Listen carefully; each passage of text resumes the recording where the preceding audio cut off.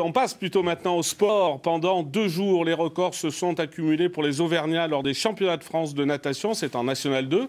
Pour la première fois, ces épreuves étaient organisées à Clermont, un tremplin pour les jeunes nageurs qui rêvent d'accéder aux championnats de France de National 1, toutes catégories. Aurélie Albert et Bruno Lebray.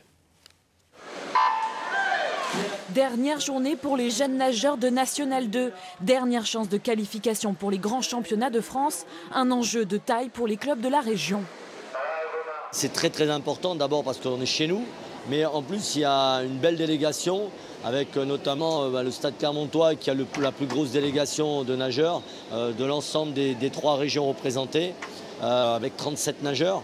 Il y a déjà à peu près une dizaine de podiums effectués par les Clermontois.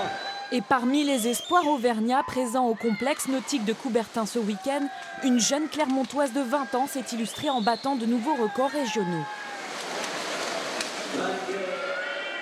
Je suis vraiment satisfaite, je ne m'attendais pas à ça. L'objectif c'était vraiment de gagner, en plus j'ai fait un bon temps à la clé donc je suis contente. Côté garçons, ils sont nombreux mais c'est Mathias Lott, un jeune auvergnat et surtout un habitué de ce bassin de 25 mètres qui a creusé l'écart. Gros 200 brasses, surpris du temps, je ne m'y attendais pas.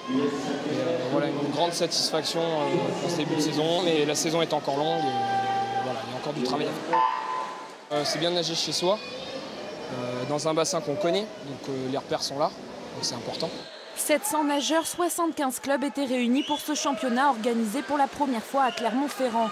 Un challenge pour le stade clermontois, mais aussi pour la région, qui espère voir naître dans cette compétition de futurs champions. Le comité régional a mis en place toute une stratégie de préparation sur des stages de préparation de 10 jours en Espagne, au Portugal, pour permettre à nos nageurs et à nos entraîneurs de se préparer dans des conditions optimales et peut-être avoir un peu plus de nageurs en finale, d'accès au final des championnats de France.